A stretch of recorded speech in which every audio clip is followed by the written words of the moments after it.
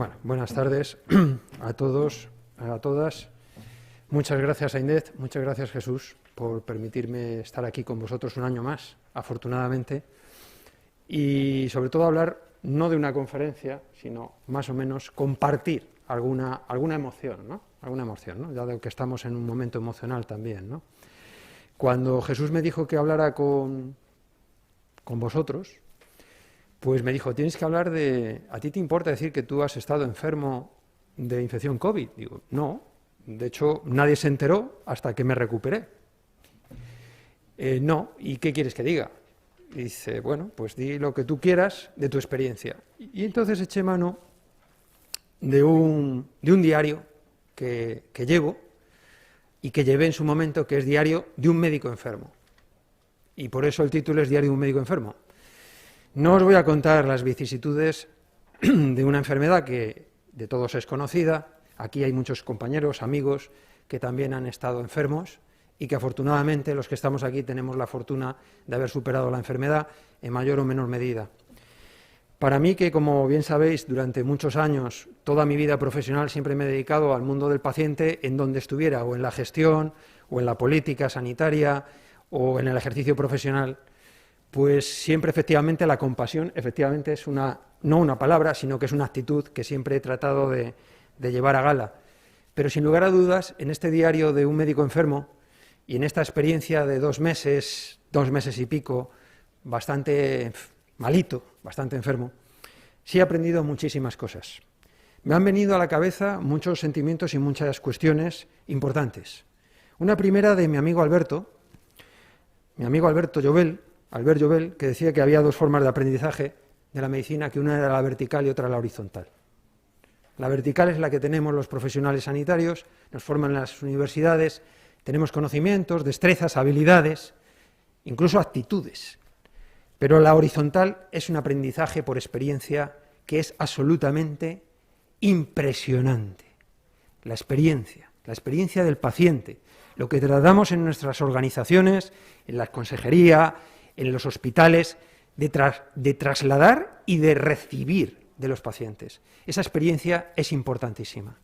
Y se aprende, y caray que se aprende, los que hemos estado en hospital, esa experiencia. Estos 2 meses y pico, tanto en el hospital como en la hospitalización domiciliaria, he aprendido muchas cosas. Pero hay una que es la que yo os quiero trasladar. No os voy a contar temas sensibles, truculentos, ni complejos, porque me imagino que ya os haréis idea de que la experiencia es dura, en definitiva. Pero hay algo muy positivo. Y ese algo muy positivo no solamente va encaminado a cómo los profesionales nos hemos organizado de una manera colaborativa para poder sacar adelante esta situación compleja de pandemia. Lo estamos viendo todos los días en nuestros hospitales, en nuestros centros, cómo el traumatólogo, el dermatólogo, el infectólogo, el internista y el psiquiatra, incluso el psiquiatra, colaboran para sacar adelante a las personas que tienen infección. Y en este momento lo más complicado, los que tienen infección y los que no tienen infección. Porque ayer, hablando con un amigo común de muchos de nosotros, el doctor Santiago Moreno, decíamos, qué difícil es gestionar ahora la pandemia. Porque cuando teníamos los recursos del hospital al 100% metidos en la pandemia, era complejo, estábamos desbordados, situación de batalla. Pero es que ahora tenemos COVID y no COVID. Por lo tanto, la gestión exige un sobreesfuerzo. Eso es importante. Pero, en fin, en definitiva, esa situación compleja la estamos sacando adelante con un esfuerzo colaborativo de todos. Y por primera vez, yo en el ejercicio profesional que llevo 32 años, he visto una verdadera colaboración. Estas cuestiones de esto es de enfermería, esto es de medicina, esto es de los farmacéuticos, eso se ha roto. Y es importante que eso no vuelva nuevamente a crearse esos compartimentos estancos y esas barreras no colaborativas. Porque esta pandemia, algo bueno tiene que dar. Y esta es una de estas cosas. Por otro lado, he descubierto y me he reconciliado con mi profesión. Porque, al fin y al cabo, ¿cuántas personas compasivas existen? Muchas, muchas.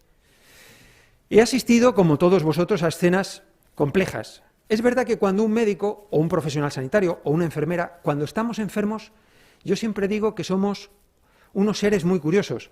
Somos un poco como vampiros. Y somos como vampiros porque no somos seres normales, sino que somos seres enfermos que tenemos conocimientos sobre lo que nos pasa. Y por lo tanto, el tener conocimientos sobre lo que a uno le pasa, estando enfermo, hace que adquieras una dimensión muy diferente absolutamente a cualquier otra persona, que no sea sanitaria, sin lugar a dudas. Y en esas situaciones complejas, en donde la situación del compromiso de la vida de una persona está puesta en juego, y cuando ves que puedes morir y que, aunque tú no te das cuenta que te mueres, te estás muriendo, situación paradójica que se está dando en esta pandemia, ocurre cosas tan importantes como ver cómo un compañero de habitación va a fallecer y cómo los profesionales sanitarios, todos, enfermeras, médicos, auxiliares, están y se quitan la mascarilla y los guantes para tocar al paciente. Porque cuando un paciente fallece, quiere el contacto físico. Ahí ya los conocimientos no sirven. Los conocimientos no sirven. Sirven los conocimientos humanos. La pasión, la compasión, la sensibilidad, la emotividad, la empatía. El ser humano desnudo, tal cual es, cuando va a dar ese paso trascendente, no necesita conocimientos. Necesita una mano amiga, una mano compasiva. Ver a los profesionales quitarse las mascarillas o llorar. Llorar temblando todo el cuerpo. Llorar cogiendo la mano de los pacientes. Llorar porque los familiares no pueden estar al lado del paciente.